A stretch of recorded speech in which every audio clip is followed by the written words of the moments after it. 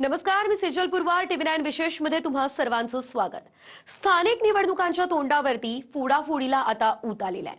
महायुती असो की महाआघाडी, साऱ्याच पक्षांमध्ये इच्छुकांच्या उड्या मारणं सध्या सुरू आहे. अनेक ठिकाणी तर चक्रावून टाकणाऱ्या युत्या आघाड्या सुद्धा झाल्यात.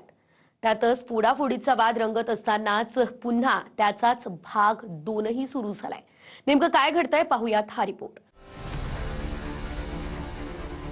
फोडाफोडीच्या राजकारणावरून शिंदे भाजपात तणाव असतानाच हिंगोलीमध्ये शिंदे सेनेने भाजपला पुन्हा हादरा दिलाय. हिंगोलीमध्ये भाजपचे नगरसेवक पदाचे उमेदवार भास्कर बांगर यांनी उमेदवारी मागे घेत थेट शिंदेंच्या शिवसेनेमध्ये प्रवेश केलाय आणि सध्या ते गायब झाल्यानं शिंदेंचे आमदार संतोष बांगर यांनी भाजपचाच उमेदवार पळवल्याची चर्चा रंगली आहे. कालही शिंदे सेनेने भाजपच्या 2 ते 3 लोकांचा प्रवेश करून घेतला. त्यानंतर सलग दुसऱ्या दिवशी भाजपला शिंदे गटानं धक्का दिल्याचं बोललं जातंय.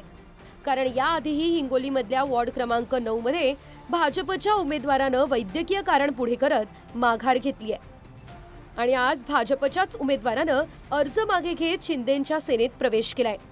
एकीकडे फोडाफोडीवरून शिंदे भाजपमध्ये तणाव सुरू आहे. फोडाफोडीचे वाद दिल्ली दरबारापर्यंत पोहोचताय आणि दुसरीकडे फोडाफोडी ही सुरू आहे.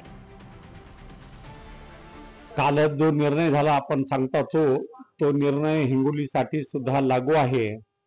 पण हिंगोलीत काही भारतीय जनता पार्टीच्या कार्यकर्त्यांना आमिष दाखवून त्यांचे पक्ष प्रवेश करण्याचा कार्यक्रम शिवसेनेनं सुरू केला आहे. त्याची तक्रार मुख्यमंत्र्याकडे आम्ही करणार आहोत. हे लेखी करणार आहे, आजच करणार लेखी आहे. आमचं पत्र गेलं आमच्या जिल्हाध्यक्षाचं, मी सुद्धा देणार आहे. रमेश चेडके, TV9 मराठी, हिंगोली.